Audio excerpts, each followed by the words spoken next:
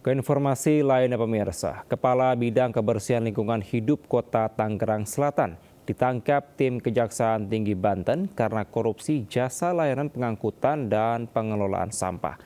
Pelaku korupsi itu menangis saat akan masuk ke dalam mobil tahanan karena ingat anak dan istrinya.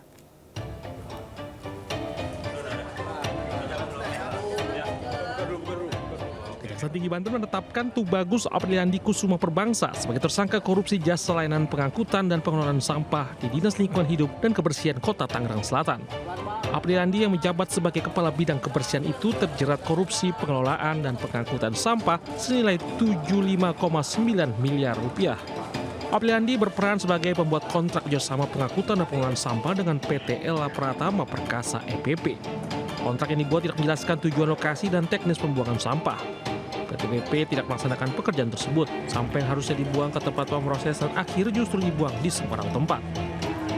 Kontrak yang disahkan oleh tersangka selaku PPK dan kemudian dijadikan sebagai dokumen kontrak ternyata tidak disusun dengan benar karena tidak mengatur sama sekali tujuan lokasi pengangkutan sampah dan tidak mengatur bagaimana teknis pengelolaan sampah yang harus dilakukan oleh PT EPP. Sebelumnya, Kejaksaan Tinggi Banten sudah menetapkan Kepala Dinas Lingkungan Hidup Tangerang Selatan, Wahyunoto Lukman, sebagai tersangka.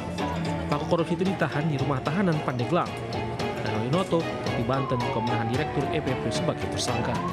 Di Serang, Banten, Maisa Priandi, Ainus melaporkan.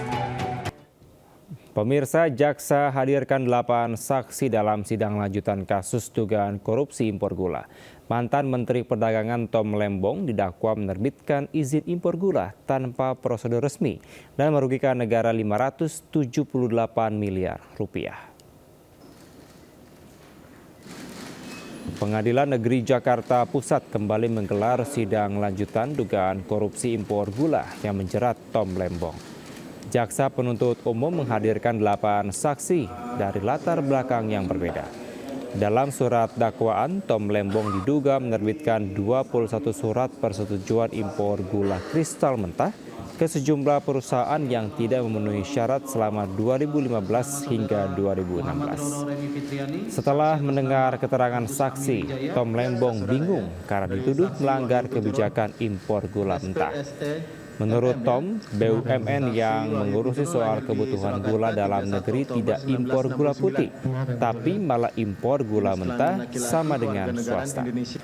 Mantan Deputi Bidang Usaha Industri, Agro, dan Farmasi Kementerian BUMN, Wahyu Kuncoro mengatakan, impor gula pada 2015-2016 karena ketidakmampuan BUMN dalam mencukupi kebutuhan gula untuk konsumsi nasional. Kenal dengan Thomas Tirikasi Lembong? Saya anak buah. Pemirsa, tanpa rasa malu, 3 pasangan muda-mudi asik bercumbu di taman hingga viral di Sampang, Jawa Timur. Aksi para pelaku mendapatkan kecaman oleh warga. Sepi, tapi ada yang pacaran. Video amatir warga menunjukkan pasangan muda-mudi asik bercumbu mesra di Taman Bunga Jalan Jamaluddin, Sampang, Madura. 3 pasangan ini seakan merasa dunia milik mereka, hingga tak menghiraukan keberadaan warga sekitar yang datang ke taman. Mereka memanfaatkan suasana sepi saat malam hari. Postingan ini pun mendapat beragam komentar pedas dari warganet. Mereka mempertanyakan pengawasan dari orang tua dari pasangan sejoli tersebut.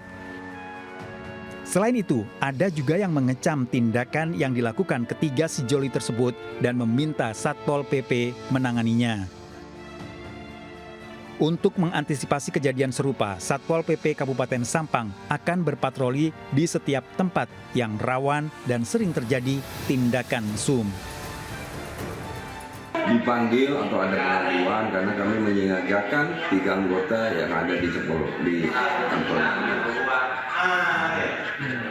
SOP kami maksimal 30 menit sudah nyampe ke lokasi.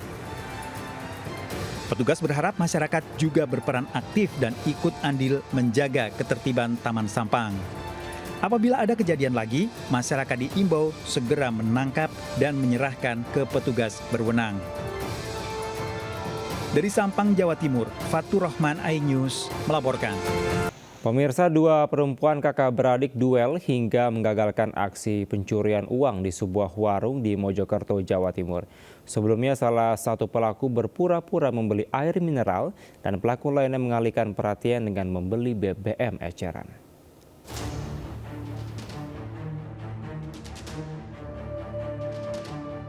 Setelah sempat berduel di tengah jalan, dua perempuan kakak beradik yang juga anak pemilik warung berhasil menangkap pencuri uang di sebuah warung di Desa Windurejo, Kabupaten Mojokerto. Pelaku langsung dibawa perangkat desa ke Polsek Kutorejo untuk menjalani pemeriksaan. Meski berhasil mempertahankan uang penjualan, kedua korban mengalami luka di tangan dan kepala. Peristiwa bermula saat salah satu pelaku berpura-pura membeli air mineral, sedangkan seorang pelaku lainnya mengalihkan perhatian penjaga toko dengan membeli BBM eceran. Saat korban lengah, satu pelaku menggasak uang tunai hasil berjualan di laci, hingga aksi pelaku dipergoki anak pemilik toko. Orang itu mau nyengklak gini loh, mau nyengklak, terus tak gandoli, saya gini kak, itu apa lingkaran itu? Ditarik, terus? Tarik.